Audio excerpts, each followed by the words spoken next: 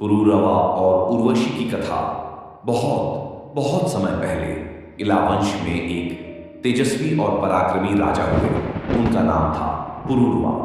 धरती के हर कोने में उनके साहस और उनके सौंदर्य की चर्चा थी, किंतु राजमहल की वैभवशाली दीवारों के बीच उनके मन में एक शून्यता थी, कुछ ऐसा जिसकी पूर्ति केवल प्रेम से ही हो सकती थी। उर्वशी का आगमन स्वर्गलोक की अद्वितीय अप्सरा उर्वशी किसी कारण से पृथ्वी पर आ गई। उसका सौंदर्य मानो पूर्णिमा की चांदनी से भी उज्जवल था। जब पुरूरवा ने उसे देखा तो वे स्तब्ध रह गए, मानो समय कुछ पल के लिए थम गया हो। पुरूरवा विनम्र स्वर में, हे सुंदरी, तुम्हें देखकर मेरा हृदय व्याकुल हो उठा है।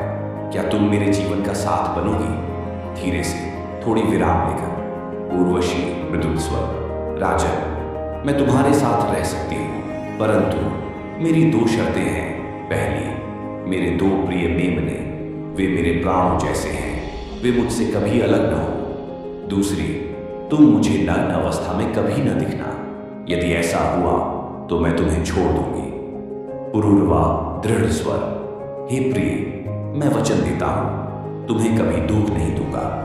और दोनों एक साथ सुखपूर्वक रहने लगे। देवताओं की योजना, परंतु स्वर्ग के देवताओं को यह अच्छा नहीं लगा कि उनकी प्रियतमा अप्सरा पृथ्वी पर एक मनुष्य के साथ रह रही है। उन्होंने योजना बनाई। एक रात अंधेरा था, बादल गरज रहे थे। देवताओं ने भेड़ियों का रूप धारण किया और उर्वशी के मेमनों को चुरा लिया।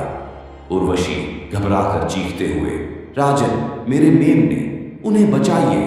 पुरूरवा घबराकर दौड़ते हुए, चिंता मत करो प्रिय, मैं अभी आता हूं। राजा दौड़े नग्न अवस्था में ही, और उसी क्षण बिजली चमकी। उर्वशी ने उन्हें देख लिया। शर्त भंग हो गई। उर्वशी आवाज धीमी, दुखी, राजन, अब मैं यहां नहीं रह सकती। दोनों शर्तें टूट गईं। मुझे स्वर्ग लौटना होगा। और उर्वशी अदृश्य हो गई। वो वहां से वह गायब हो गई। विरह का वन राजा पुरूरवा स्तब्ध रह गए। उनका राज सिंहासन, उनका वैभव सब शून्य हो गया। वे वन वन भटकने लगे। पुरूरवा करुण स्वर बिलख रहे हैं, उर्वशी, तुम्हारे बिना मैं अधूरा हूं। मेरे लिए धन, यश, साम्राज्य सब व्यर्थ है। सिर्फ तुम्हारा साथ ही मेरा जीवन था। अब मैं खाली हूं। उनका हृदय विरह की अग्नि में जल रहा था। आंखों से अश्रु बह रहे थे। वह वीर जो हजारों शत्रुओं को जीत सकता था, आज एक स्त्री के वियोग से टूट चुका था।